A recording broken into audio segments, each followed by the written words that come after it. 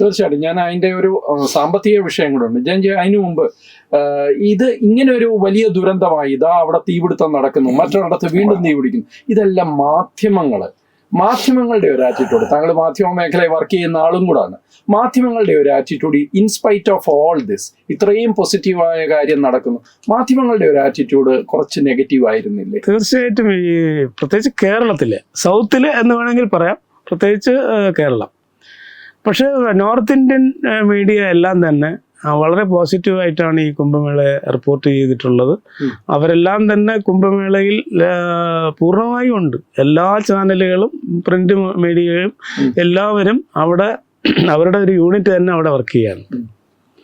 അത് ഈ 26-ാം തീയതി വരെ ഉണ്ടാവും. അവരെല്ലാം വളരെ കോപ്പറേറ്റീവാണ്, എല്ലാമാണ്. പക്ഷേ ദക്ഷിണേന്ത്യയിൽ പ്രത്യേകിച്ച് കേരളത്തിലെ മീഡിയ എന്തെങ്കിലും ഒന്ന് പിക്ക് ചെയ്യാൻ വേണ്ടി, അതായത് ഈ കഴുകണ്ട കണ്ണുകളിലൂടെ ഏത് മോശമായ കാര്യം നടക്കുന്നു അതിനെ എടുത്ത് പർവ്വതീകരിച്ച് കാണിക്കുക എന്നുള്ളവർക്കൊന്നും. കേരളത്തിലെ ഈ പറയുന്ന ശബരിമല, ഇപ്പൊ നിങ്ങൾ രണ്ടുപേരും ശബരിമല എടുത്ത് പറഞ്ഞുകൊണ്ട് പറയാം, ശബരിമല പോലെ ഒരു ക്രൗഡ് പോലും ഇവിടെ കാര്യമായിട്ട് മാനേജ് ചെയ്യപ്പെടുന്നില്ല.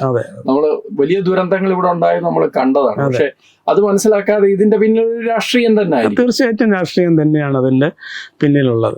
പിന്നെ അവർക്ക് ഈ ഓൺലൈൻ മീഡിയയും യൂട്യൂബ് ചാനലുകളും എല്ലാം സജീവമായി ഇതിന് പോസിറ്റീവായിട്ട് റിപ്പോർട്ട് ചെയ്തു തുടങ്ങി. അത് പോസിറ്റീവ് എന്ന് വെച്ചാൽ അവിടെ ഉള്ളതുപോലെ പറഞ്ഞാൽ മതി. ഇവരിതിനെ പ്രൊമോട്ടൊന്നും ചെയ്യണ്ട. അവിടെ എന്താ നടക്കുന്നത് അത് സത്യമായി പറഞ്ഞാൽ മതി. അത് പറയാതെ വന്നപ്പോൾ വലിയ റീച്ച് ഇവിടെ ഓൺലൈൻ മീഡിയയ്ക്കും അതുപോലെ സോഷ്യൽ മീഡിയയ്ക്കും യൂട്യൂബ് ചാനലുകൾക്കും കിട്ടി തുടങ്ങിയപ്പോഴാണ് ഇവർ ബേജാറായത്. അങ്ങനെയാണ് കുറച്ചെങ്കിലും ഇവര് നമ്മളെ മുഖ്യധാരാ മാധ്യമങ്ങൾ കാണിക്കാൻ ഇടയായ സാഹചര്യം. പ്രത്യേകിച്ച് ഇതുപോലെ ഒരു ദുരന്തം ഞാൻ കണ്ട ഒരു മാധ്യമത്തിലും ഇതിന്റെ ഈ ഒരു എന്താ പറയാ, ഇതിന്റെ ഒരു വോളിയത്തെ, വൈബ്രൻസിയെ കുറിച്ച് അങ്ങനെ കാര്യമായി ആരും ഞാൻ കണ്ടില്ല. ഒരുപക്ഷെ ചില രാജ്യങ്ങളുടെ ചില ഭൂഖണ്ഡങ്ങളുടെ തന്നെ ജനസംഖ്യയേക്കാൾ കൂടുതൽ ആൾക്കാരും ഇപ്പൊ യൂറോപ്യൻ രാജ്യങ്ങളെല്ലാം ചേർന്ന 27 രാജ്യങ്ങളും ചേർന്നാൽ ഉള്ളതിനേക്കാളും കൂടുതൽ യുഎസിന്റെ ജനസംഖ്യയേക്കാൾ കൂടുതൽ. പക്ഷെ അതാരും ഇവിടെ അതെന്ത് ഭംഗിയായിട്ട് മാനേജ് ചെയ്യപ്പെടുന്നു എന്നുള്ളത്. രഞ്ജിത്ജി, വളരെ പ്രധാനപ്പെട്ട ആ ഒരു ഭാഗം കൂടി, ഇതിന്റെ ഒരു എക്കണോമിക് ഇമ്പാക്ട്, അത് യിൽ മാത്രം ഒതുങ്ങി നിൽക്കുന്നതല്ല എന്നാണ് എനിക്ക് തോന്നുന്നത്. ഒരുപക്ഷെ ഭാരതത്തിൽ തന്നെ അതിന്റെ ഒരു ഇമ്പാക്ട് ഉണ്ടാവാൻ സാധ്യതയുണ്ട്. എങ്ങനെയാണ് ഇതൊരു എക്കണോമിക്കലി മാനേജ് ചെയ്യപ്പെട്ടത് ആസ് ആൻ ഇവന്റ്? ഇതൊരു blend of faith and finance എന്ന് വേണം പറയാൻ. അപ്പോൾ ഈ കുംഭമേള ആരംഭിക്കുന്ന അതിന്റെ ഒരു എനിക്ക് തോന്നുന്നു 5-6 മാസം മുമ്പ് വരെ കേരളത്തിൽ തിരുവനന്തപുരത്ത് വരെ അതിന്റെ റെപ്രസെന്റേറ്റീവ്സ് വന്നിരുന്നു എന്നുള്ളത് അങ്ങേക്കറിയാമോ എന്ന് എനിക്കറിയില്ല. അതായത് UP സർക്കാരിന്റെ ഭാഗത്തു നിന്നൊരു ഡെലിഗേഷൻ ഇവിടെ വരികയും ഇവിടുത്തെ ആളുകളെ മീറ്റ് ചെയ്യുകയും ചെയ്ത ഒരു സംഭവം വരണ്ടേക്ക്. അപ്പൊ അത്ര മെറ്റിക്കുലസ് ആയിട്ടാണ് ഇതിനെ പ്ലാൻ ചെയ്തിരുന്നത്. എല്ലാ സംസ്ഥാനങ്ങളിലും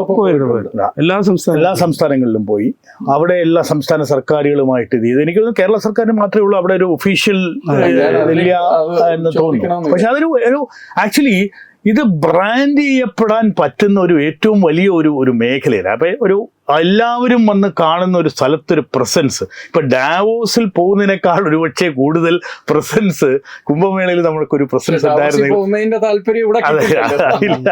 അപ്പോ അതിനേക്കാൾ അപ്പൊ ഞാൻ പറഞ്ഞത് ഒരു ഫെയ്ത്ത് ആൻഡ് ഫൈനാൻസിന്റെ ഒരു ബ്ലെൻഡ്, ഒരു സ്മൂത്ത് ആയിട്ടുള്ള ഒരു ബ്ലെൻഡാണ്.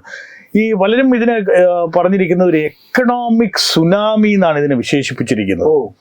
ഏതാണ്ട് 1 to 1.5% ഓഫ് ദ ഇന്ത്യൻ GDP-യെ വളരെ ഇമ്പാക്ട് ചെയ്യാനൊക്കുന്ന ഒരു ആക്ടിവിറ്റിയാണ്. 2 മുതൽ 3 ലക്ഷം കോടി വരെയാണ് ഇതിന് ചെയ്യുന്നത്. എനിക്ക് തോന്നുന്നു കഴിഞ്ഞ അർദ്ധകുംഭമേളയ്ക്ക് ടോട്ടൽ കണക്കെടുക്കുന്നത് എനിക്ക് തോന്നുന്നു 1.2 lakh crore ആണ് ടോട്ടൽ ഇമ്പാക്ട് അസസ്മെന്റ് നടത്തിയിരിക്കുന്നത്. അപ്പൊ ഇതിന്റെ ഒരു ഇമ്പാക്ട് ഒരു 3 lakh crore പുറത്തു പോകാൻ ചാൻസ് ഉണ്ട്. കാരണം 4 ലക്ഷം കോടിയാണ്. അതെ.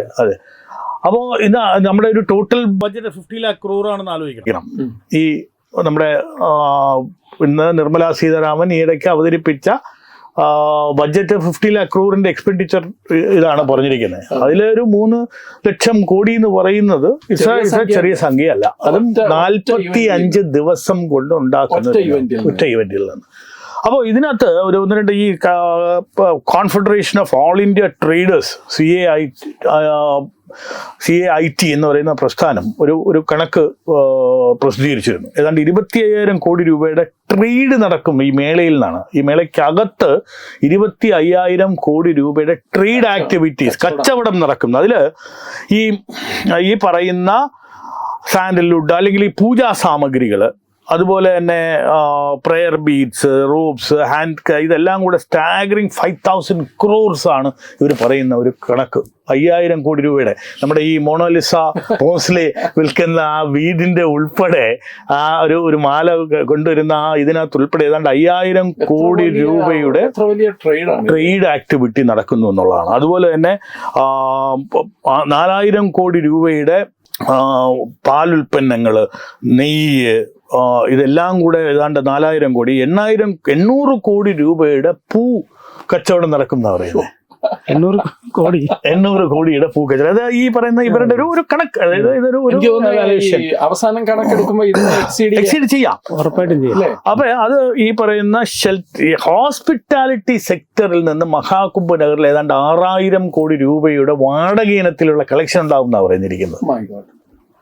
അപ്പോ ഇതൊരു ഇങ്ങനെ ഒരു ഇത് നടക്കാനുണ്ടായിട്ടുള്ള അല്ലെങ്കിൽ ഇത്രയും അപ്പം 7,000 കോടി ഇൻവെസ്റ്റ് ചെയ്ത് ഇതിൽ നിന്ന് കിട്ടുന്ന ആളുകൾക്ക് കിട്ടുന്ന ഒരു വരുമാന മാർഗം, ബിസിനസ്സിനുണ്ടായ വളർച്ച, അവിടെ ഉണ്ടായിട്ടുള്ള ഒരു പുരോഗമനം, റോഡുകളുടെ ഇൻഫ്രാസ്ട്രക്ചർ, ഇതൊക്കെ നോക്കുകയാണെങ്കിൽ വാസ്തവം നമുക്ക് എല്ലാ വർഷവും കേരളത്തിൽ ഇങ്ങനെ ഒരു കുംഭമേള അല്ലെങ്കിൽ നമ്മുടെ ഈ കേരളത്തിൽ ഒരുപാട് ഫെസ്റ്റിവൽസ് നടക്കുന്ന ഒരു ഇതാണ്.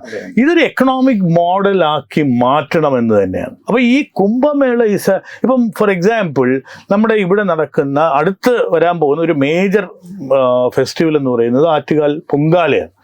അതിന് പോലും എന്ത്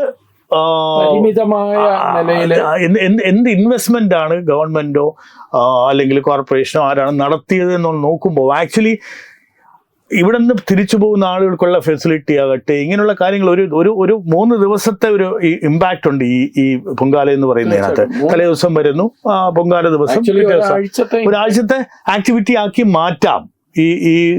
ഇതുപോലെ ശബരിമലയാകട്ടെ, ഇങ്ങനെയുള്ള ചെറുതും വലുതുമായിട്ടുള്ള ഒരുപാട് ഫെസ്റ്റിവൽസ് ആക്ച്വലി നമ്മൾ ഈ ഒരു പഠനത്തിൽ നിന്ന് പഠിച്ച് നമ്മുടെ എക്കണോമിക്ക് ഒരു ബൂസ്റ്റ് ഉണ്ടാക്കേണ്ട എന്തെങ്കിലും പ്രതീക്ഷയുണ്ടോ അങ്ങനെ നടക്കുമെന്ന്? ഞാൻ പ്രതീക്ഷിക്കാനല്ലേ ഒക്കുള്ളൂ. ഇത് നടന്നാലേ കേരളത്തിലെ ജനതയ്ക്ക് നമ്മൾ ഈ വിഴിഞ്ഞത്തിന്റെ കാര്യം പോലെ പിച്ചച്ചട്ടി എടുത്തിരിക്കുകയാണ്, ഇതെങ്കിലും ചെയ്ത്. അതെ, അപ്പൊ ഞാൻ പറയുന്നത് ഒരു ടോള് പിരിക്കുന്നതിനേക്കാൾ കൂടുതൽ ഒരുപക്ഷെ ഇമ്പാക്ട് മനുഷ്യൻ മനസ്സോടെ കൊടുക്കുന്നത് ഇങ്ങനെയുള്ള ആളുകൾക്ക് ഇതിൽ നിന്ന് ഇത് പറയുന്ന കഴിഞ്ഞ രണ്ട് വർഷത്തെ ഒരു ശബരിമലയിലെ ഇപ്പൊ ഇപ്രാവശ്യം വളരെ വലിയ പ്രോബ്ലം ഇല്ലാതെ നടന്ന ഇതിനകത്തുണ്ടായിട്ടുള്ള കളക്ഷനും ഈ പ്രോബ്ലം ഉണ്ടാക്കിയ സമയത്തുള്ള കളക്ഷൻ തമ്മിൽ നോക്കിയാൽ മതി.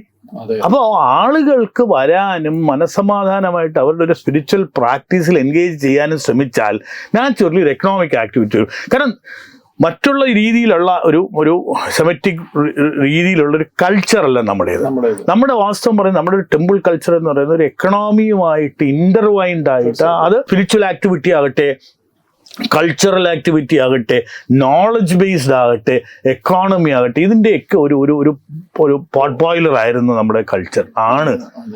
അതിനെ നമുക്ക് സപ്പോർട്ട് ചെയ്യാനും, ഇതൊരു റിലീജിയൻ അല്ല, ഇതൊരു ഈ മേളയിൽ വന്നിട്ടുള്ള ഒരുപാട് ആളുകൾ അന്യമതസ്ഥരായിട്ട് അന്യമതവിശ്വാസികളൊക്കെ ദേശവാസികളൊക്കെ ഇവിടെ വന്നിട്ടുണ്ട്. ഇവർക്ക് ആർക്കും ഒരു ബുദ്ധിമുട്ടോ അല്ലെങ്കിൽ ഒരു കുറ്റം പറയാനോ ഉള്ള ഒന്നും ഉണ്ടായിട്ടില്ല. അപ്പോൾ ഇത് ഒരു എക്കണോമിക് മോഡൽ തന്നെയാണ്. ഇതൊരു മോഡേൺ ആയിട്ട് നമ്മൾ പ്രാക്ടീസ് ചെയ്യുന്ന ഒരു മോഡൽ തന്നെയാണ്. അല്ലാതെ ഒരു ആർക്കായിക്കായിട്ട് ഈക്വളിയുടെ ലെവല് കൂടിയ ഒരു വെള്ളത്തിൽ എന്തിനാ കുളിക്കുന്നത് എന്ന് ചോദിക്കുന്ന ആളുകളുണ്ട്. ഇല്ലെന്നല്ല, ക്രിറ്റിസിസം വേണം, അതിനും ഞാൻ എതിരല്ല. പക്ഷെ ഈ ഒരു സംഘം ഇതൊരു ഗംഗ യമുന സരസ്വതി അതൊരു വലിയ ഒരു ഐ ഓപ്പണറാണ്. എങ്ങനെ വേണം ഒരു കൾച്ചർ നമ്മുടെ എക്കോണമിയെ ഡ്രൈവ് ചെയ്യാൻ എന്നുള്ളതിൻ്റെ ഒരു ക്ലാസിക് എക്സാമ്പിൾ തന്നെയാണ് നമ്മൾ ഈ പറയുന്ന ഒരു കുംഭമേള. ജയൻജി, അദ്ദേഹം അതിന്റെ ഒരു ആസ്പെക്ട് പറഞ്ഞു, കേരളത്തിലെ മാധ്യമങ്ങളെ കുറിച്ച് താങ്കൾ നേരത്തെ പറഞ്ഞു. കേരളത്തിൽ നിന്നും പ്രത്യേകിച്ച് സൗത്ത് ഇന്ത്യയിലെ മിക്കവാറും എല്ലാ സംസ്ഥാനങ്ങളിൽ നിന്നും ഏറ്റവും കൂടുതൽ ആൾക്കാർ ഒരു പക്ഷേ പങ്കെടുത്ത ഒരു കുംഭമേള കൂടിയായിരുന്നു അത്. എന്തായിരിക്കും ഈ ദക്ഷിണേന്ത്യൻ പ്രാതിനിധ്യം ഇത്രയും കൂടാൻ കാരണം? അത് സോഷ്യൽ മീഡിയയുടെ ഒരു ഇൻഫ്ലുവൻസ് ആണോ, അതോ ഒരു ആധ്യാത്മിക സാമൂഹിക ഉണർവിന്റെ ഭാഗമാണോ? കേരളത്തിലെ ശ്രീ ശങ്കരാചാര്യ സ്വാമികളാണ് ഇന്ന് കാണുന്ന നിലയിൽ കുംഭമേള ചിട്ടപ്പെടുത്തിയത്. അതെനിക്ക് തോന്നുന്നു മലയാളികൾക്ക് പലർക്കും അറിയാത്ത കാര്യമാണ്. ഈ 13 അഖാഡകളെയും കുംഭമേള നടത്താൻ നിയോഗിച്ചതും ശങ്കരാചാര്യ സ്വാമികളാണ്. ആ ശങ്കരൻ്റെ നാട്ടിൽ നിന്ന് കഴിഞ്ഞ കുംഭമേള വരെ പോയിരുന്നത് ഒരു 1000-ഓ 2000-ഓ ആൾക്കാർ. അതിനപ്പുറം ഒരു കാരണവശാലും ആ കുംഭമേളയ്ക്കൊന്നും കഴിഞ്ഞ 2013-ലും 2018-ലും ഒക്കെ നടന്നതിൽ പോയിട്ടില്ല. പക്ഷെ ഇപ്രാവശ്യം ഈ സോഷ്യൽ മീഡിയയിലൂടെയും ഓൺലൈൻ ചാനൽ വഴിയും ഇപ്പോൾ മഹാമണ്ഡലേശ്വറായി അഭിഷേകം ചെയ്യപ്പെട്ട സ്വാമി സാധു ആനന്ദവന ഭാരതി അദ്ദേഹം ധാരാളം അഭിമുഖങ്ങൾ കൊടുത്തിരുന്നു.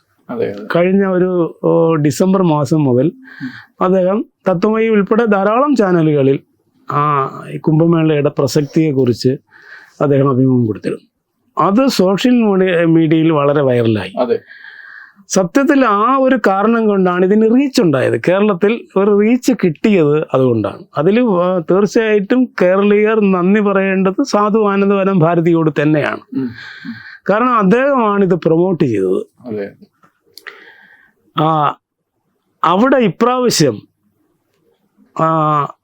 കേരളത്തിൽ നിന്ന് പോകുന്ന ആൾക്കാർക്ക് ആദ്യമായി 2 അവിടുത്തെ സന്യാസി മഠങ്ങൾ, അതായത് ആശ്രമങ്ങൾ, അത് സ്വാഗതം ചെയ്തുകൊണ്ട് വളരെ നേരത്തെ തന്നെ കേരളീയരോട് അഭ്യർത്ഥിച്ചു വന്നു. ശങ്കരൻ്റെ നാട്ടിൽ നിന്ന് ധാരാളം ആൾക്കാർ പറഞ്ഞു. അതിൽ ഒന്നാമത്തത് സാധു ആനന്ദവന ഭാരതിയുടെ കാളികാപീഠം. ഈ കുംഭമേളയിൽ വെച്ചാണ് അദ്ദേഹത്തെ മഹാമണ്ഡലേശ്വരായി അഭിഷേകം ചെയ്തത്. അദ്ദേഹം ഇത് പ്രൊമോട്ട് ചെയ്യുമ്പോഴും അദ്ദേഹം പോലും അറിഞ്ഞിരുന്നില്ല ഞാൻ മഹാമണ്ഡലേശ്വർ ആകുമെന്ന്. കഴിഞ്ഞ 12-13 വർഷമായി ജുന അഖാഡയുടെ ഭാഗമായി അദ്ദേഹം പ്രവർത്തിക്കുകയാണ്. അദ്ദേഹത്തെ നിരവധി പരീക്ഷണങ്ങൾക്കും നിരീക്ഷണങ്ങൾക്കും ജുന അഖാഡ വിധേയമാക്കിക്കൊണ്ടിരുന്നു. ഒരു മഹാമണ്ഡലേശ്വരാകുക എന്ന് പറയുന്നത് എളുപ്പമല്ല. മലയാളികളായ കാശിനാഥഗിരിയും മറ്റ് 2 പേരുമാണ് ഇതിനു മുമ്പായിട്ടുള്ളത്. അവർ 3 പേരും കേരളത്തിലല്ല അവരുടെ സ്ഥാനം. അവർ വർഷങ്ങളായിട്ട് ഹിമാലയത്തിലായിരുന്നു. ഇദ്ദേഹം ഒരു മാധ്യമ പ്രവർത്തകനായി കേരളത്തിൽ വന്നു. ഒരു ഇടതുപക്ഷ സഹയാത്രികല്ല ഇടതുപക്ഷ പ്രവർത്തകനായിരുന്നു അദ്ദേഹം. അദ്ദേഹത്തിന് മാനസാന്തരം ഉണ്ടാവുകയും മീഡിയയിലും അദ്ദേഹം വർക്ക് ചെയ്തിരുന്നു. അതിനുശേഷമാണ് അദ്ദേഹം യാദൃശ്യമായിട്ട് ഹിമാലയത്തിൽ അദ്ദേഹം ഒരു കുംഭമേളയിലാണ് എത്തിപ്പെടുന്നത്. അവിടെ നിന്നാണ് അദ്ദേഹം ആധ്യാത്മിക മാർഗം സ്വീകരിക്കുന്നത്. പക്ഷെ 13 വർഷത്തെ നിരന്തരമായ പരീക്ഷണത്തിനും നിരീക്ഷണത്തിനും ശേഷമാണ് അദ്ദേഹത്തെ മഹാമണ്ഡലേശ്വരായി അഭിഷേകം ചെയ്തത്.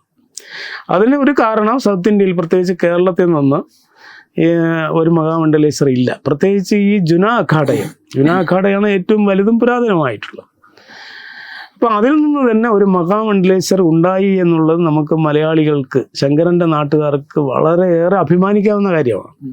അപ്പോൾ അദ്ദേഹം ഇതിനെ ആദ്യമേ തന്നെ പ്രൊമോട്ട് ചെയ്തുകൊണ്ട് അദ്ദേഹം പറഞ്ഞു, ആര് വന്നാലും ഞങ്ങളിവിടെ താമസിക്കാനും ഭക്ഷണം കൊടുക്കാനുമുള്ള വ്യവസ്ഥ ചെയ്യും, എത്ര പേരെ വന്നോട്ടെ എന്ന് അദ്ദേഹം ധൈര്യപൂർവ്വം മലയാളികളോട് അഭ്യർത്ഥിച്ചു. അതിൻ്റെ ഫലമായി അദ്ദേഹത്തിന് ഒട്ടേറെ അന്വേഷണങ്ങൾ വന്നു. കാരണം ഞാൻ അദ്ദേഹത്തോടൊപ്പം 2-3 ദിവസം താമസിച്ചിരുന്നു അവിടെ, ഈ പറഞ്ഞ 21 മൗനി അമാവാസി ദിവസമൊക്കെ.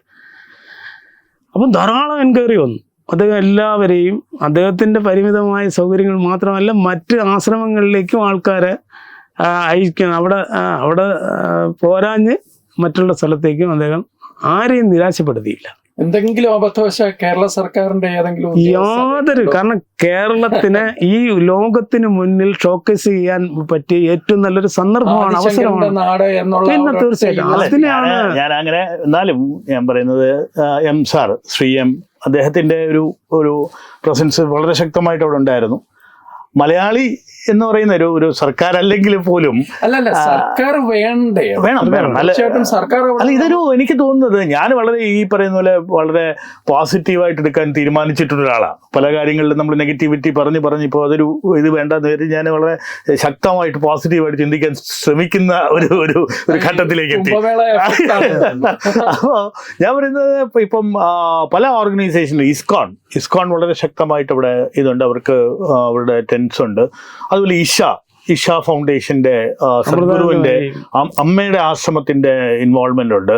അതുപോലെ ശ്രീ രവിശങ്കർ അദ്ദേഹത്തിന്റെ ആശ്രമം. ഇവിടെയൊക്കെ മലയാളിക്കൊരു ഇൻഫ്ലുവൻസ് ഉള്ള ഒരുപാട് ആശ്രമങ്ങളും. പക്ഷെ കേരളത്തിന്റെ ആണ് ഞാൻ പറഞ്ഞത്. ഒന്ന് സാധു ആനന്ദവന ഭാരതിയുടെ കാളികാപീഠം, 2 ആത്മബോധ ഫൗണ്ടേഷൻ ഋഷികേശിലെ നീലകണ്ഠിൽ ഉള്ള ഒരു ആശ്രമമാണ്. ആത്മാരാമാനന്ദ സ്വാമികൾ ആണ് അത് അവിടുത്തെ മഠാധിപതി. അദ്ദേഹവും ഇതുപോലെ തന്നെ സെക്ടർ 10 അദ്ദേഹത്തിന് സർക്കാർ അനുവദിച്ച ടെൻറ്റ്, കൂടാതെ അദ്ദേഹത്തിൻ്റെ പരിശ്രമഫലമായിട്ട് അവിടെ ഒരു 4 ടെൻറ്റുകൾ കൂടെ സ്ഥാപിച്ച് ഏത് മലയാളി വന്നാലും സഹർഷം സ്വാഗതം ചെയ്തുകൊണ്ട് ഈ 3 നേരം ആഹാരവും കൊടുത്ത് അദ്ദേഹം ആത്മാരാമാനന്ദ സ്വാമികൾ, അതേപോലെ അവിടുത്തെ ജയമണി സ്വാമികൾ, അവർ 2 പേരും അക്ഷീണം അവിടെ പ്രവർത്തിച്ചുകൊണ്ടിരിക്കുകയാണ്. ഇന്ന് മലയാളികൾക്കൊരു അഭയം എന്ന് പറയുന്നത് ഈ 2 ആശ്രമമാണ്. ഇപ്പം മോഹൻജി ഫൗണ്ടേഷൻ ഉണ്ട്, അതുപോലെ ശ്രീ എമ്മിൻ്റെ കാര്യം പറഞ്ഞു, മാതാ അമൃതാനന്ദമയി ദേവിയുടെ ഉണ്ട്. പക്ഷെ അവിടെ എല്ലാം ആളുകൾക്ക് അതായത് സാധാരണക്കാരായ ആളുകൾക്ക് അവിടെ ഒരു റീച്ച് കിട്ടാത്തത് കാരണം കേരളത്തിൽ അങ്ങോളം ഇങ്ങോളമുള്ള സാധാരണക്കാരായ ആൾക്കാർ അവരേറ്റവും കൂടുതൽ അപ്രോച്ച് ചെയ്തത് ഈ 2 മറ്റ് സംസ്ഥാന സർക്കാരുകളുടെ റെപ്രസെന്റേഷൻ ഉണ്ടോ? തീർച്ചയായിട്ടും ഉണ്ട്. അത് സൗത്ത് ഇന്ത്യ കുറവാണ്. നോർത്ത് ഇന്ത്യയിലുള്ള എല്ലാ സംസ്ഥാനങ്ങളും മധ്യ ഇന്ത്യയിലുള്ള എല്ലാ സംസ്ഥാനങ്ങൾക്കും അവിടെ അവരുടെ PRD വർക്ക് ചെയ്യുന്നുണ്ട്. സർക്കാർ തന്നെ അവർ മോണിറ്റർ ചെയ്യുന്നുണ്ട്. പിന്നെ വേറൊരു പ്രത്യേകതയുള്ള ഈ 13 അഖാഡകളിലും അതിൽ കേരളത്തിൻ്റെ ഒരു സ്വാധീനമില്ല. കേരളത്തിൽ അന്ന് ആദ്യമായിട്ടാണ് ഒരു മഹാമണ്ഡലേശ്വരം. അപ്പോൾ ഈ അഖാഡകൾക്ക് എല്ലാ അഖാഡ എന്ന് പറയുന്നത് അത് സന്യാസികളുടെ ഒരു കൂട്ടായ്മയാണ്. അത് ഈ അഖാഡ എന്ന് പറയുന്നത് ഏതെങ്കിലും ഒരു സന്യാസ സമ്പ്രദായത്തിൽപ്പെട്ട ആൾക്കാർ മാത്രമല്ല. ഇപ്പം ജുന അഖാഡയിൽ നാഗസന്യാസിമാരും അതുപോലെ മറ്റുള്ളവരും എല്ലാം ശങ്കര ദശനാമി സമ്പ്രദായത്തിൽപ്പെട്ട ആൾക്കാർ എല്ലാവരും ഉള്ളവരാണ്. അവർക്ക് പിന്നെ മധ്യേന്ത്യയിലും നോർത്ത് ഇന്ത്യയിലും ഉത്തരേന്ത്യയിലും വ്യാപകമായിട്ട് ഗ്രാമാന്തരങ്ങളിൽ അവരുടെ സ്വാധീനമുണ്ട്. വിവിധ സമ്പ്രദായത്തിൽപ്പെട്ട ആൾക്കാർ ഈ ജുന അഖാഡയിലുണ്ട്. അപ്പം അവർക്ക് അതുകൊണ്ട് എന്തെന്ന് പറയാം, ആ ഗ്രാമപ്രദേശത്തുള്ള ആൾക്കാരെല്ലാം തങ്ങളുടെ സ്വന്തം ആശ്രമമാണ് ഈ അഖാഡ. അപ്പോൾ അവിടെ അത് കേരളത്തിലില്ല. അതാണ് ഞാൻ പറഞ്ഞത്, കേരളത്തിൽ ആദ്യമായി സ്വാമി ആനന്ദവനം പറഞ്ഞിട്ടുണ്ട് കേരളത്തിൽ അഖാഡകളുടെ പ്രവർത്തനം ശക്തമാണ്. ഇനി അദ്ദേഹം കേരളം കേന്ദ്രമാക്കിയിട്ടാണ് ഇത് പ്രവർത്തിക്കുന്നത്. അടുത്ത കുംഭമേള മുതൽ കുറച്ചുകൂടെ നമുക്ക് കേരളത്തിന് റീച്ച് ഉണ്ട്. ഇനിയും സമയമുണ്ട്. ഈ ശിവരാത്രി വരെയുള്ള സമയത്ത് എനിക്ക് തോന്നുന്നു മലയാളികൾക്ക് പോസിറ്റീവായിട്ട് കാണുകയാണെങ്കിലും ഞാൻ ചോദിക്കുന്നത് ഒരു എക്കണോമിക് ആക്ടിവിറ്റി എന്നുള്ള നിലയിൽ പോലും കേരളം ഒരു വലിയ ഓപ്പർച്യൂണിറ്റി മിസ് ചെയ്തു.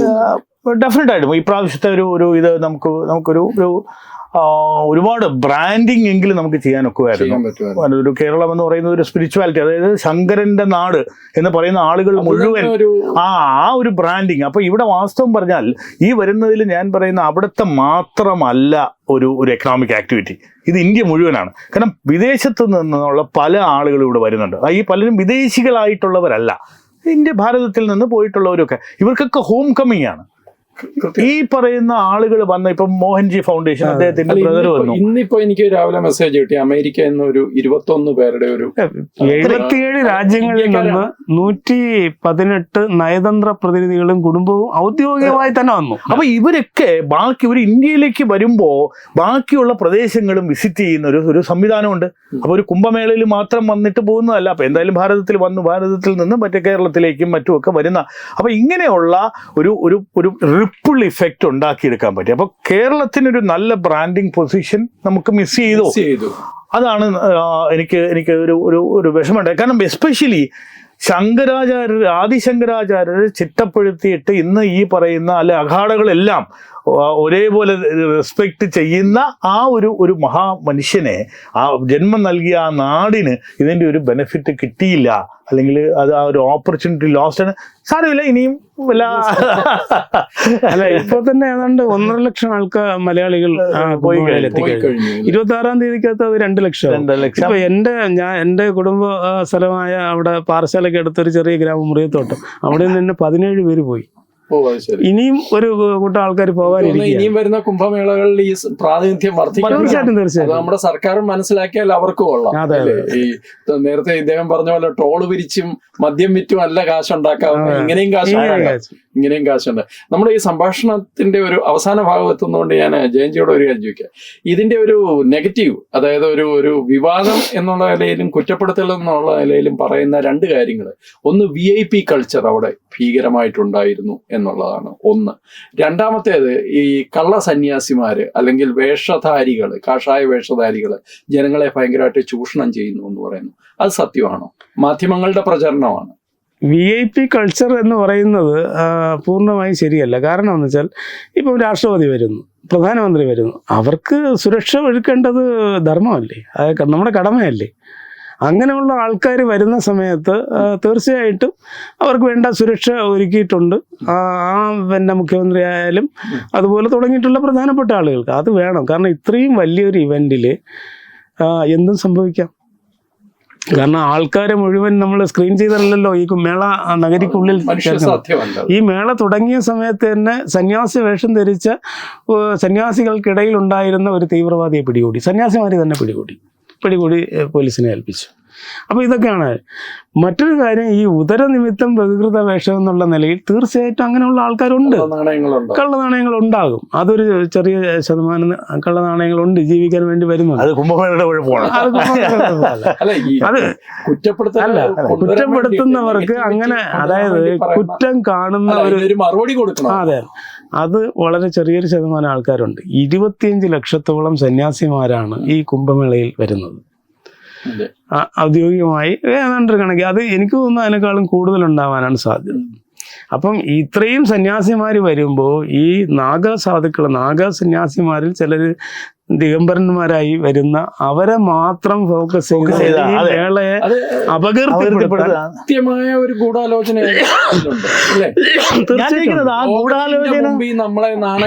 ഞാൻ ചോദിക്കുന്നത്, ലോകത്തിന്റെ മുമ്പിൽ നാണം കെട്ടോ?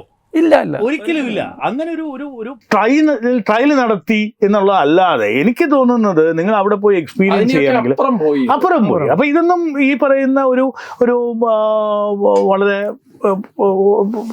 ചെറിയ തോതിലുള്ള ആളുകൾ, കുറച്ച് ആളുകൾ ഇതിനകത്ത് ഉണ്ടാവും. പക്ഷെ ഇതിനകത്തുള്ളൊരു നെഗറ്റീവ് ഉണ്ടോ എന്ന് ചോദിച്ചു കഴിഞ്ഞാൽ എന്ത് ആക്ടിവിറ്റീസിനും ഒരു നെഗറ്റീവ് ഉണ്ട് എന്ന് വിചാരിക്കുന്നു. ഇത്രയും വലിയ കോൺഗ്രിഗേഷൻ, അതിൻ്റെതായ എൻവിറോൺമെന്റൽ ഇമ്പാക്റ്റ് ഉണ്ട്. വളരെ നല്ല രീതിയിൽ ശുചീകരണ പ്രവർത്തനങ്ങൾ മറ്റൊക്കെ നടത്തുമെങ്കിലും ഡിസ്പോസൽ ഓഫ് വേസ്റ്റിന്റെ ഒക്കെ ഒരുപാട് ഇഷ്യൂസ് ഉണ്ട്. എന്നാൽ ഇതൊരു ഫെയർലി ഒരു പാസ് മാർക്ക് കിട്ടുന്ന അതായത് ഒരുപക്ഷെ തിരുവനന്തപുരത്തെ വേസ്റ്റ് ഡിസ്പോസലിനേക്കാൾ ബെറ്റർ ആയിരുന്നു ആ കുംഭനഗരിയിലെ വേസ്റ്റ് ഡിസ്പോസൽ എന്ന് പറയാതിരിക്കാൻ പറ്റില്ല. അപ്പോൾ എനിക്ക് തോന്നുന്നത് ഇതിന് നെഗറ്റിവിറ്റീസ് ഉണ്ടോ എന്ന് ചോദിച്ചാൽ ഇല്ല എന്ന് പറയുന്നത് തീർത്തും തെറ്റാണ്. ആളുകൾ വരും, അതിനകത്ത് പറ്റിക്കാനുണ്ടാവും, അല്ലെങ്കിൽ പോക്കറ്റ് അടിക്കാറുണ്ടാവും, അത് ഏത് ഇതിലും. പക്ഷെ ഇതിന്റെ ഒരു ടോട്ടൽ ഇത് നോക്കുകയാണെങ്കിൽ അത് സ്പിരിച്വൽ ആകട്ടെ, കൾച്ചറൽ ആകട്ടെ, ഭാരതത്തിന്റെ ഒരു നാഷണൽ ഐഡന്റിറ്റി ആകട്ടെ, എക്കണോമിക് ആകട്ടെ, ഏത് രീതിയിൽ നോക്കിയാലും ആ തുലാസ് തന്നെ ആയിരിക്കും താഴ്ന്നു നിൽക്കുന്നത്. അതിന് യാതൊരു സംശയവും വേണ്ട. തീർച്ചയായിട്ടും. അതിന്റെ ഒരു അവസാന ചോദ്യം കൂടി, ഒരു ഭാരതം എന്ന രാജ്യത്തെ, ഈ രാഷ്ട്രത്തെ, നമ്മുടെ ദേശീയത, നമ്മുടെ ഒരു ഐക്യത്തെ, അഖണ്ഡതയും ഈ കുംഭമേള ഏത് തരത്തിലായിരിക്കും സ്വാധീനിച്ചിട്ടുണ്ടാവുക? രണ്ടുപേരും അതിനൊരു ഉത്തരം പറയണം, വളരെ ചുരുക്കം. ഭാരതത്തിന്റെ ഐക്യം എന്ന് പറയുന്നത്, നമുക്ക് അവിടെ പോയി കഴിഞ്ഞാൽ നമ്മൾ വേറെയാണെന്നുള്ള തോന്നലുണ്ടാവില്ല. നമ്മളൊരു മലയാളിയാണ്, അങ്ങനെ ഒരു തോന്നലുണ്ട്. നമ്മൾ തികച്ചും ഭാരതീയരാണ്, സനാതന ധർമ്മികളാണ്. ഈ സനാതന ധർമ്മത്തിൽ വിശ്വാസമുള്ള എല്ലാ ആൾക്കാരും, അവർ ഭാഷാ വ്യത്യാസമല്ല, വസ്ത്രധാരണത്തിൻ്റെ വ്യത്യാസമോ മറ്റൊരു വ്യത്യാസമോ ഇല്ലാതെ ഒന്നുപോലെ ഒഴുകി ഈ മേളയിലൂടെ അങ്ങനെ പോയിക്കൊണ്ടിരിക്കുകയാണ്. മറ്റൊരു പ്രധാനപ്പെട്ട കാര്യം, മേളയെ ധന്യമാക്കും. ഈ മേളയ്ക്ക് പോയാൽ നമുക്ക് എന്താണ് ഗുണം? അവിടെ പോകുമ്പോൾ അത് വേറൊരു ലോകമാണ്. ഏതാണ്ട് 3 ലക്ഷത്തോളം സന്യാസിമാരുടെ ആശ്രമങ്ങൾ ഇവിടെയുണ്ട്. അതിലൊരു 1.5-2 ലക്ഷത്തോളം ആശ്രമങ്ങളിൽ ഹോമം, പൂജ, ഇതെല്ലാം നടക്കുകയാണ്. ആ ഒരു ഊർജ പ്രവാഹത്തിലൂടെയാണ് നമ്മൾ യാത്ര ചെയ്യുന്നത്. നമ്മൾ ആലോചിച്ചോണ്ട്, ഞാനും ഇപ്പം അവിടെ ഉണ്ടായിരുന്ന എല്ലാ ദിവസവും ഒരു 20 കിലോമീറ്ററോളം എല്ലാ ദിവസവും നടക്കുമായിരുന്നു. കാരണം ഈ വലിയൊരു ഊർജ പ്രവാഹത്തിലൂടെ ആലോചിച്ച് നോക്കണം, ഏതാണ്ട് ഒരു 1.5 ലക്ഷം ആശ്രമങ്ങളിലെങ്കിലും നിയതമായ പൂജകൾ, അതുപോലെ ഹവനം, അതുപോലെ യാഗങ്ങൾ, ഇതെല്ലാം ഇങ്ങനെ നടക്കുകയാണ്. മന്ത്രോച്ചാരണങ്ങളുടെ ശബ്ദമുഖരിതമാണ് ആ മേള നഗരി മുഴുവൻ. എത്ര സമ്പ്രദായങ്ങൾ, എന്തെല്ലാം പ്രവചനങ്ങൾ നടക്കുന്ന സ്ഥലം, പ്രഭാഷണങ്ങൾ നടക്കുന്ന സ്ഥലം, ആയുധാഭ്യാസങ്ങൾ നടക്കുന്ന സ്ഥലങ്ങൾ, അതുപോലെ അത്ഭുതകരമായ പ്രവൃത്തികൾ നടക്കുന്ന സ്ഥലങ്ങൾ, കീർത്തനങ്ങൾ നടക്കുന്ന, ഭജൻ നടക്കുന്ന സ്ഥലങ്ങൾ. ഇങ്ങനെ മേള നഗരി എന്ന് പറയുന്നത് ഒരു അത്ഭുത നഗരി തന്നെയാണ് തീർച്ചയായിട്ടും. അതിലൂടെ നമ്മൾ വെറുതെ ഇങ്ങനെ ഒഴുകിയാൽ മതി, മാത്രം മതി. അല്ല, ഡെഫിനറ്റ് ആയിട്ട് ഇതിനൊരു ഒരു ഇമ്പാക്ട് അസസ്മെന്റ് എന്നുള്ള നിലയിൽ നമ്മൾ ഒരു പഠനം നടത്തണം എന്ന് തന്നെയാണ് ഞാൻ പറയുന്നത്. അത് അറ്റ്ലീസ്റ്റ് ഇങ്ങനെയുള്ള മേളകളിൽ നിന്ന് കിട്ടുന്ന ആ ഒരു സ്പിരിച്വൽ ഊർജം, ഒരു എക്കണോമിക് ഊർജം, ഒരു കൾച്ചറൽ ഊർജം, ഒരു നോളജ് ബേസ്, ഈവൻ ആ നോളജ് ഷെയറിങ് പോലും അവിടെ നടക്കുന്നു. ആ ഒരു രീതിയിലുള്ള മേളകൾ വളരെയധികം ഭാരതത്തെ ഒരു അടുത്ത തലത്തിൽ, ഒരു വികസിത് ഭാരത് എന്നുള്ളത് മാത്രമല്ല, വിശ്വഗുരു എന്നുള്ള തലത്തിലേക്ക് തന്നെ നമ്മൾ എത്തിപ്പെടും എന്നുള്ളതിൻ്റെ ഒരു കോൺഫിഡൻസ് നമുക്ക് അവിടെ കിട്ടും. അത് ആ വികസനം, അതുപോലെ തന്നെ വിശ്വഗുരു, ഈ 2 കാര്യങ്ങളാണ് നരേന്ദ്രമോദിജിയുടെ ഒരു വിഷനായിട്ട് പറഞ്ഞിരുന്നത്. അത് 2ലേക്കും എത്തും എന്നുള്ളതിന് ഭയങ്കരമായ ഒരു കോൺഫിഡൻസ് തരുന്ന ഒരു സ്ഥലം തന്നെയായിരുന്നു. മാത്രമല്ല, പ്രകൃതി തന്നെ ഇതൊരു പ്രത്യേക അവസരത്തിലാണ് ഈ കുംഭമേള നടക്കുന്നത്. ഇന്നത്തെ കാലഘടന പോലെ ഇതുപോലെ കലണ്ടറോ അല്ലെങ്കിൽ മൊബൈലോ ഒന്നും ഇല്ലാതിരുന്ന ഒരു കാലഘട്ടത്തിൽ കൃത്യമായി 12 വർഷത്തെ അവർ ഗണിച്ച് സൂര്യൻ്റെ അയന വ്യത്യാസവും ബാക്കിയെല്ലാം കണക്കാക്കിയിട്ട് രാശിയിൽ ഓരോ കാര്യങ്ങൾ, വ്യാഴൻ ഇടവരാശിയിൽ വരുമ്പോഴും സൂര്യചന്ദ്രന്മാർ മകരരാശിയിലും വരുമ്പോഴാണ് ഈ മേള നടക്കുന്നത്. കൃത്യമായ കാലഗണന, അത് ഒരു അത്ഭുതമല്ലേ? അപ്പൊ പ്രകൃതി തന്നെ ഇതിലേക്ക് ഒരുക്കുകയാണ്. ഈശ്വരൻ തന്നെ ഭൂമിയിൽ ഇങ്ങനെ ഒരു കൂട്ടായ്മയ്ക്ക് കളമൊരുക്കുകയാണ്. തീർച്ചയായിട്ടും ഇതൊരു ഊർജ പ്രവാഹമാണ്. ആ ഊർജ പ്രവാഹത്തിലൂടെ ഇവിടെ പറഞ്ഞ പോലെ വെറുതെ നടന്നാൽ മതി. സനാതന ധർമ്മത്തിന്റെ ശക്തിയും സൗന്ദര്യവും എല്ലാം ഒത്തുചേരുന്ന ആ ഊർജ പ്രവാഹത്തിലൂടെ നടക്കുമ്പോൾ ഭാരതത്തിന്റെ ഭാവിയെക്കുറിച്ച് ലഭിക്കുന്ന ആ ഒരു കോൺഫിഡൻസ്, ആ ഒരു മനോനില മാത്രം മതി കുംഭമേളയുടെ ഇമ്പാക്റ്റ് എന്താണ് എന്നറിയാൻ. വളരെ ഇൻഫർമേറ്റീവായ നിരവധി പുതിയ വിവരങ്ങൾ നമ്മൾക്ക് ഏവർക്കും നൽകിയ ഒരു സംഭാഷണമായിരുന്നു. അതിനിടയിൽ കേരളം എത്ര വലിയ ഒരു അവസരമാണ് ഒരു സർക്കാർ എന്ന നിലയിൽ നമ്മൾ നഷ്ടപ്പെടുത്തിയത് എന്നുള്ളതിന്റെ വേദന കൂടി ഞാൻ പങ്കുവെക്കുകയാണ്. നമസ്കാരം.